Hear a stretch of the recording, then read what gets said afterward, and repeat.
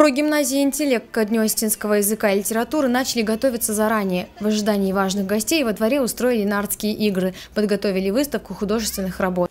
В этот праздничный день в прогимназии «Интеллект» побывал глава республики Таймураз Мамсуров. Здесь уделяется огромное внимание изучению родного языка, традиций и культуры осетинского народа.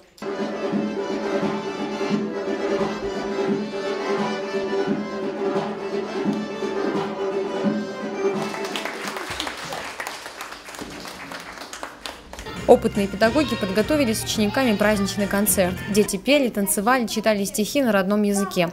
Особенно воспитанники прогимназии поразили собравшихся своими актерскими способностями.